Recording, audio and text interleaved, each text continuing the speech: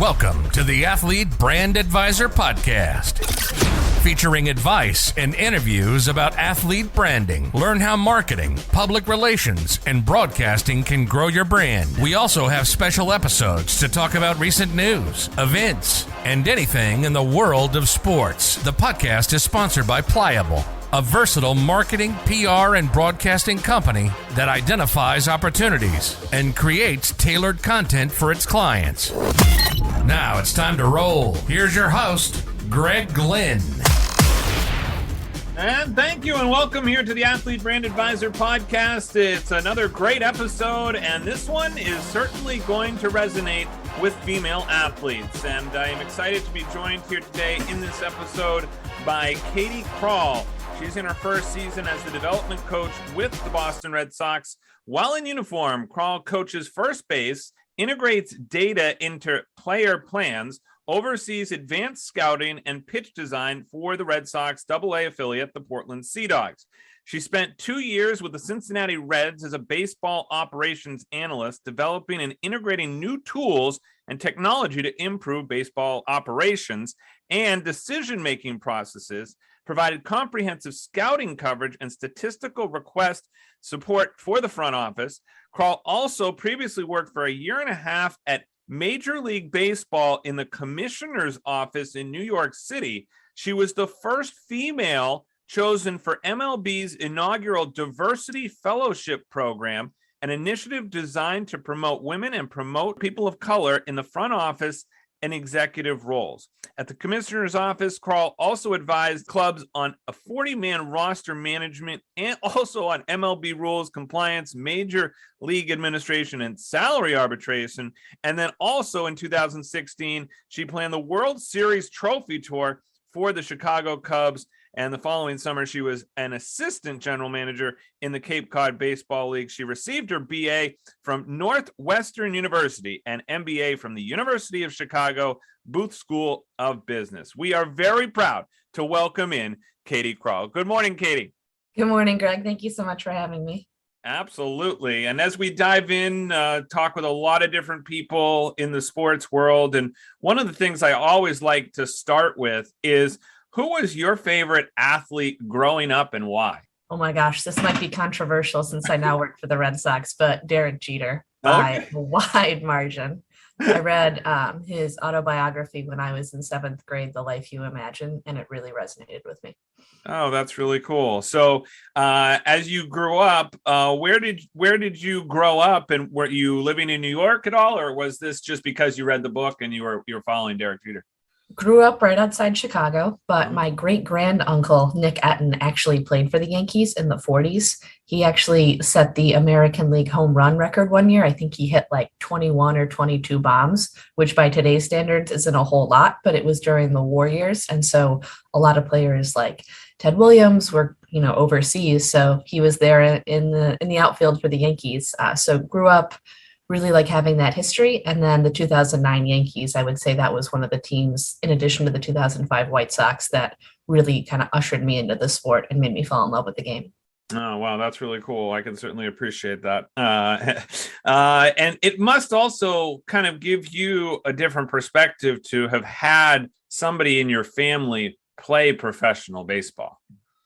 Definitely. And my godfather was the bullpen coach of the Minnesota Twins for 32 years. And so the number that I wear, 43, is in honor of him. So definitely have a great reverence and respect for the more traditional side of the game and what it takes not only as an individual, but for a family to be part of professional baseball.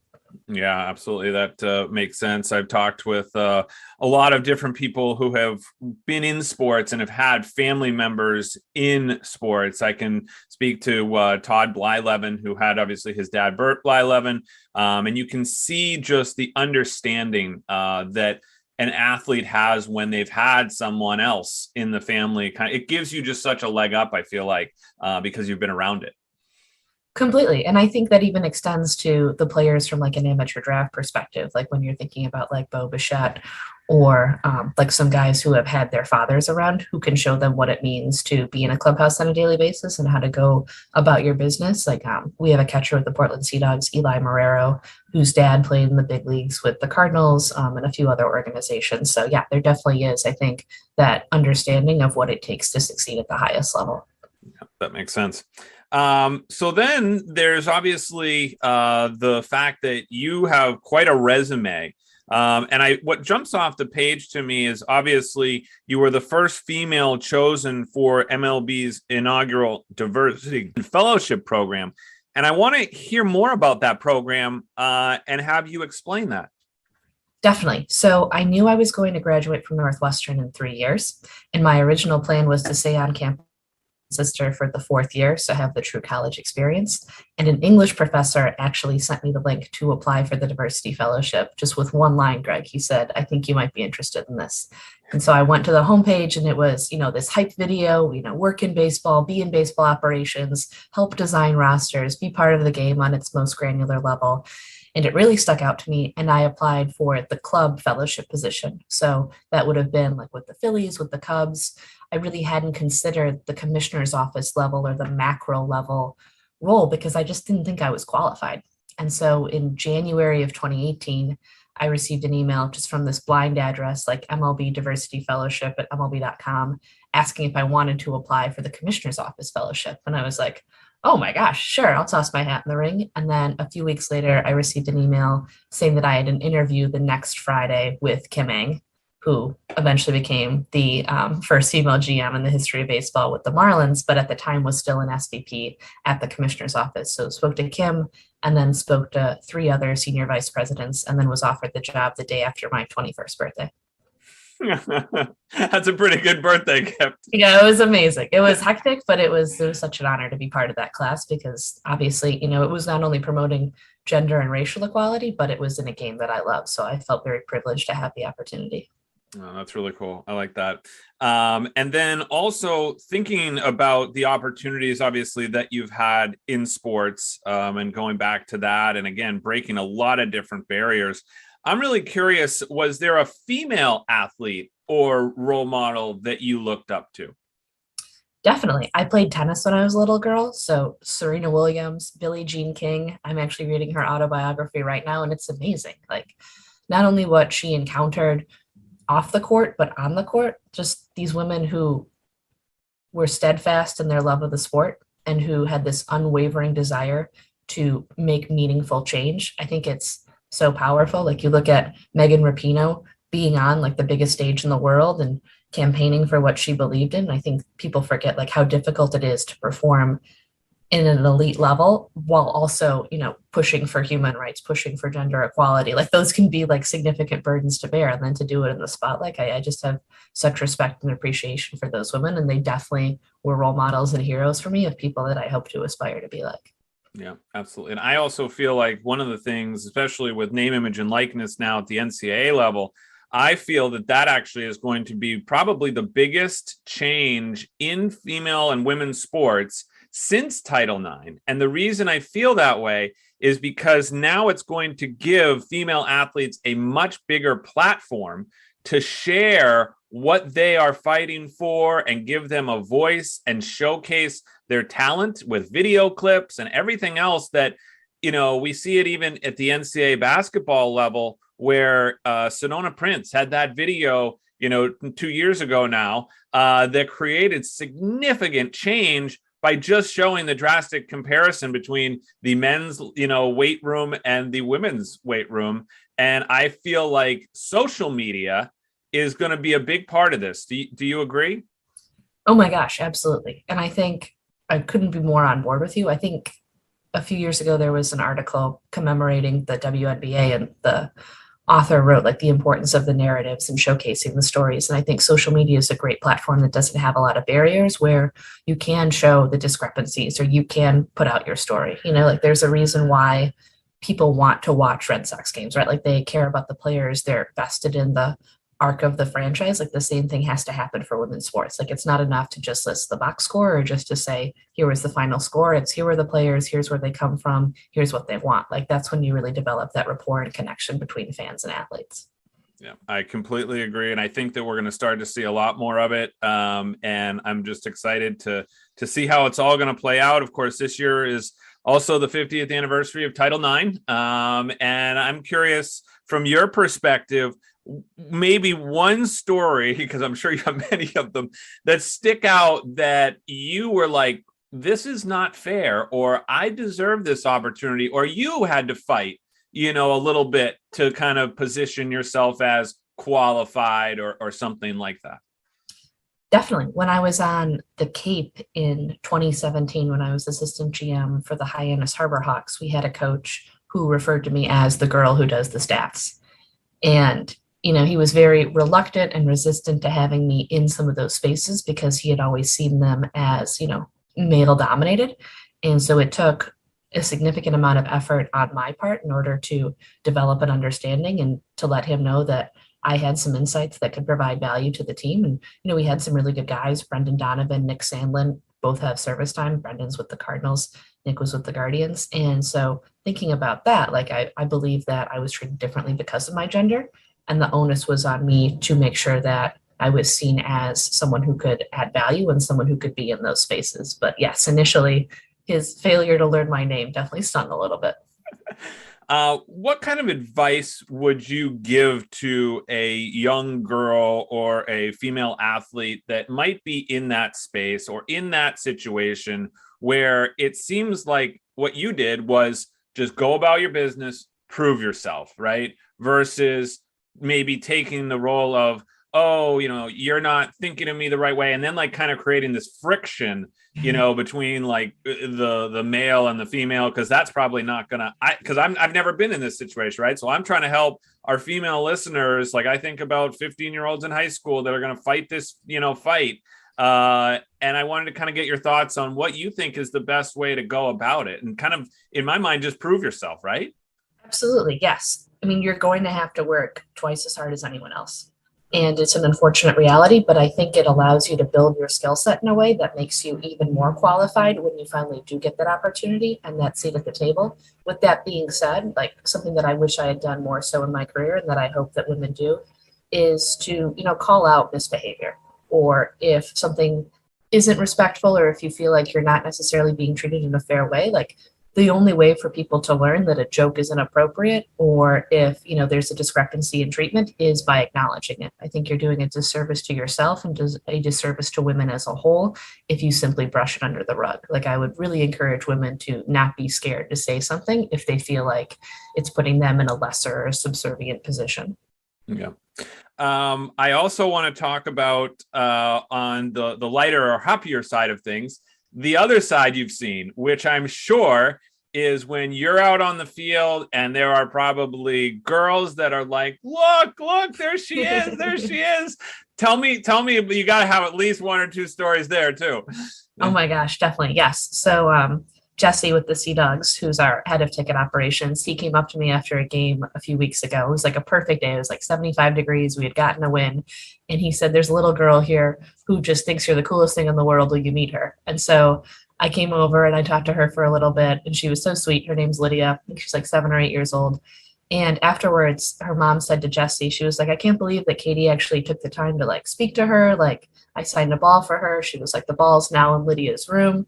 And I sent the photo of me and Lydia to my family and my twin sister. And they were like, oh my gosh, it looks like she's meeting a Disney princess. Like it's such like a cool thing that, oh wow, like I can really be a role model for these girls, and they can go to a game this summer, or they can see me on the road and be like, hey, wait a minute, there's somebody in a uniform and a ponytail on the field. Like, who is that? Could that be me someday? Like I never saw anyone on the field as a coach when I was growing up. I never saw a woman at first base. So that definitely has been incredibly rewarding and even more exciting than I had probably anticipated when I took the job in January. Yeah, that is really cool. I like that story, and I'm sure there's more of that to come. And I can tell you, I've got a 10-year-old that would do the same thing when we get down there to a game. So she's got a little baseball collection, by the way. We make it a tradition when we come down to a Sea Dogs game. We're always trying to get a ball. We're always trying to just meet the players, that kind of thing. So I can see how that would work. That's what I used to do as a kid too. When I went to Fenway, I would always be trying to do that. So it's a nice little tradition to be able to. Yeah, I can't wait to meet her. Yeah. Let's see. So what's the next big thing in your mind that you're working on, or maybe your next goal that you have in your career? Wrapped up my MBA from the University of Chicago. So that was a significant milestone in June that I checked off. So finally enjoying a little bit more free time, not as much as I expected, but that definitely was something that I'm very proud of. I would say I would love to be either with a big league coaching staff or back in a front office in a high level executive role, whether that's as a director of baseball operations, an assistant GM. I think having experience at the league office with one of the smallest market teams in baseball, as an analyst with one of the biggest market teams as a coach, I think I've rounded out my skill set in a number of ways, and I love working with and managing people. So that would definitely be a milestone that I would look forward to, and something that I try to prepare myself for on a daily basis. That makes sense. The other thing that kind of comes along, and I see kind of some similarities in our work, which is timing can be everything. And I felt like when I started my business with Pliable, name, image, and likeness came along in the NCAA level, and I was like, this is amazing. In your world, it seems like analytics has come such a far distance and is now very important, so that if someone is very well versed in it, which you clearly are as you have grown, and there are probably older coaches that are not as deep in it as you have been, do you feel like that came along at the right time for you? Oh, completely, Greg. I am absolutely a beneficiary of my time. I think it's interesting the way hiring works in baseball. You see different roles getting a lot of priority. So like for the past maybe 5 to 8 years, it was hiring data scientists and analysts. And I think that still is a great need and void to many degrees. But I think you're also seeing a lot of like software engineers being hired now, or people who can create user interfaces or visuals that allow you to harness the information that's had to make decisions quickly. So like if you're in the trade deadline and you're debating, which prospects should we send to a different club, you're not looking through 5 or 6 websites or apps. You have everything centralized in one place. So for me, yes, I think having my background, if it had been 15 or 20 years ago when I got out of Northwestern, I don't think I would have had the same roles available to me. I absolutely think that the change that is coming in baseball, I hit the wave at the right time. And for people that don't know about analytics, we hear about it. Could you give us a good example, like you kind of just did there a little bit, but maybe an in-game situation that people might not be thinking about how analytics can be used? Totally. So something I do on a daily basis with our hitting coach is prepare our hitters for the opposing pitchers. So for example, let's say that we have Kyle Harrison, who we just pitched against the other night for the Richmond Flying Squirrel. He's coming in, and I'll maybe break down his mix. So let's say he has a 4-seam fastball, he's got a changeup, he's working on it, a slider. So I'll talk about how the slider moves. So I might, say numbers, but I also might say to Cole Cottom, our catcher, it's got like 2-plane sweep. It's going to be more like a slurve than like a true slider. Or with the changeup, I might say it has a lot of fade. So I'm not going to say it has negative 8.1 horizontal movement, but I'm gonna explain it to them in a way that's digestible. And what's really interesting, Greg, is like if you have a reliever come in, you only really have less than 5 seconds. Right. So what are you going to communicate, and what's going to be most valuable in that moment? For a lot of guys, it's like the max velo, like with Hudson Potts or Christian Koss. What's the hardest he could possibly throw? Because I know they know that they then have the ability to time themselves. So if it's 98, they know that's the quickest they're going to have to catch up with. If it's 95, they have that heuristic in their head. So yeah, in game, I would say it's a greater emphasis on the hitting side. And then pre-game, it's almost always exclusively pitching. Interesting. And so I'm even curious in real time, because that's the world we live in right now. Let's say you got a player on deck and there's a pitching change. Like, are you then trying to communicate that as quickly as possible, even to that hitter who's maybe in the circle going, who's coming in? Like, are they looking for this information that quickly?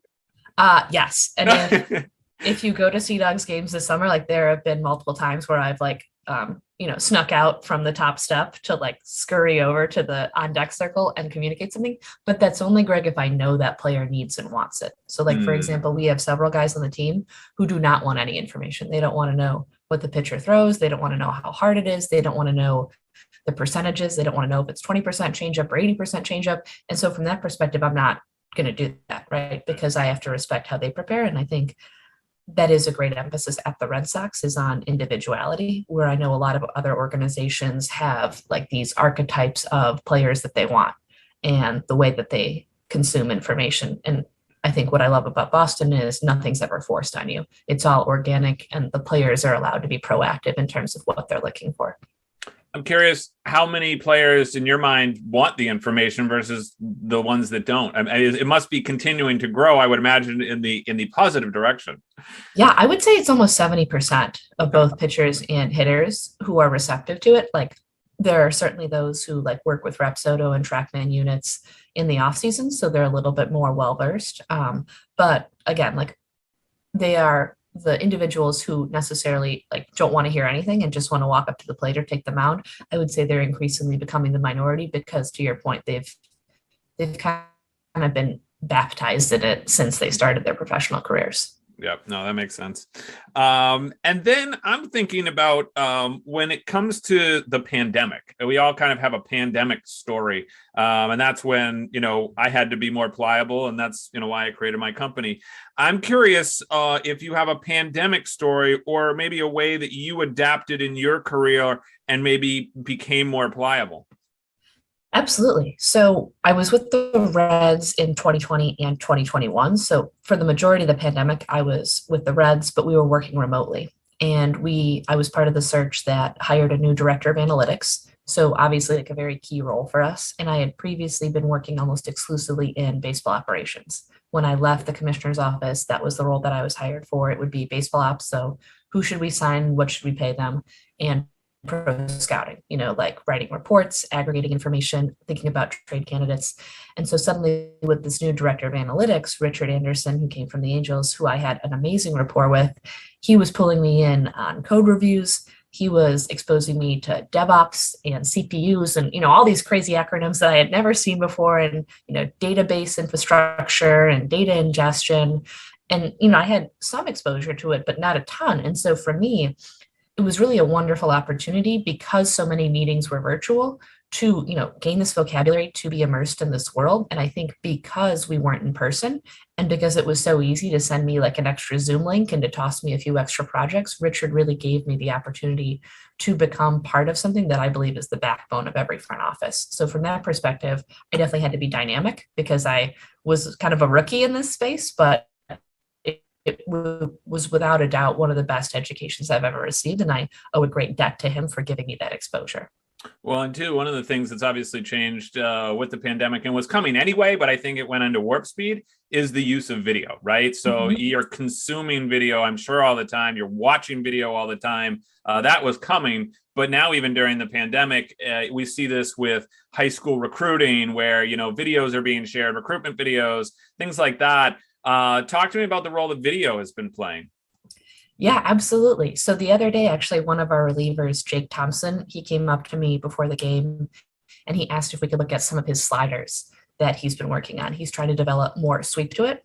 And so I took a video of a ball that was put in place, like a single that he gave up on a slider, and then a slider where it was a swinging strike. And what he wanted to do, which is kind of interesting because this is actually at Northwestern, like how we would always look at paintings in art history class. We would like juxtapose one next to the other. Yeah. So I guess my liberal arts background was coming in that moment.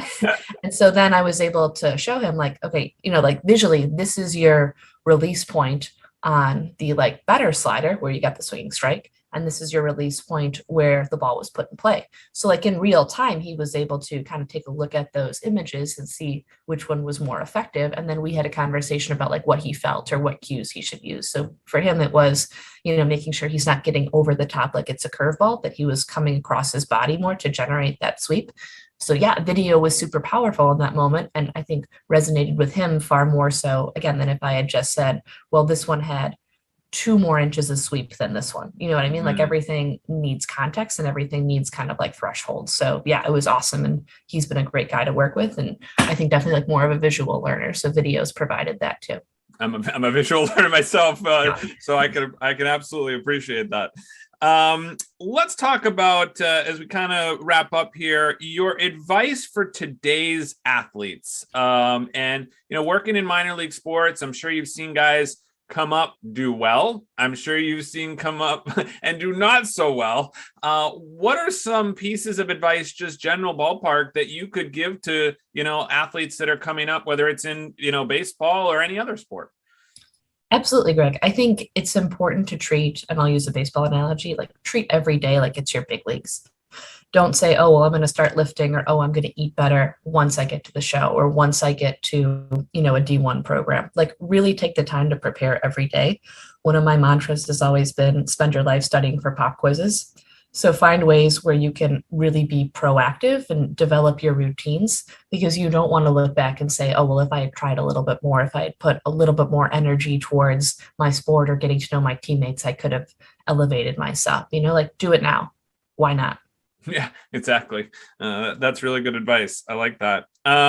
Obviously, you've got a lot of people here in Maine, but even across the country that are following you and your success. How can people maybe get in touch with you, or certainly keep up with everything you're doing? Yeah, definitely. Come visit me at Sea Dogs games or Instagram and LinkedIn. Like I love meeting people and hearing their stories about how sports have impacted their lives and their goals, especially female athletes and women who are in this space. So always happy to talk. And on that note, that brings up a really good question, because I want to make sure that I educate fans. When is the best time for a little girl to try to come up to you? When should the parents try to arrive at the game? Where should they go? Like, how does that work best for you? Because I know I've dealt with players and coaches before, and I want to make it as easy as possible to bring in these young girls and make your life easy. Definitely post game for me, Greg. Post game, okay. I think, there's a lot going on before the game, like whether it's bullpens or making sure like our data from the night before came in, or just ad hoc conversations. But after the game, after hopefully a Sea Dogs win, there's a lot more free time. So there's like a gate that people can come and wait at, or like come on the field, or on Sundays, they sometimes run the bases after games. So yeah, that would be the ideal window. Okay. Is that gate there off to the right of the dugout, the Sea Dogs dugout? Is that the one? Okay. Exactly. Mm-hmm. All right. So I will make sure that I communicate that with all the athletes and all the little youngsters that I know, because you're an incredible role model, and want to congratulate you certainly on your success. Look forward to getting down to a Sea Dogs game, many Sea Dogs games actually this summer. And you'll find little Kelsey out there. I'll have her wear her Mission E50 shirt, which is Pliable's mission to help increase the popularity of women's sports. So. That's awesome, Greg. I can't wait to meet her. Thank you. Yeah, absolutely. So again, want to say thank you for your time. Good luck. And we will see you again soon. And again, very, very powerful story. So keep up the great work. Thanks so much, Greg. I appreciate it. That has been Katie Krall here on the Athlete Brand Advisor podcast. Thank you for listening. I'm Greg Glynn. Glad you could tune in. Stay pliable, my friends.